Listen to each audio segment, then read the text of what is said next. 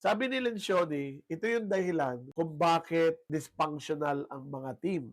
No? Unang-una, sabi niya, absence of trust. When team members don't open up, kasi wala akong tiwala sa mga kasama ko sa trabaho, ngayon, hindi ako comfortable with telling the truth. If I agree, I don't agree, kaya, hindi kaya, kailangan ng tulong, hindi kailangan ng tulong, I won't say it. Bakit? Baka may masabi silang hindi maganda tungkol sa akin. So yan yung isang dysfunction.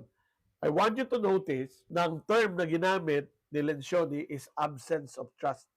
Ang Tagalog ng absence of trust ay walang tiwala. Walang tiwala, di ba? Hindi kulang sa tiwala, hindi low trust, o hindi absence of trust. Pag walang tiwala ang mga tao sa isa't isa sa team, you cannot have teamwork. This is basically what he's saying.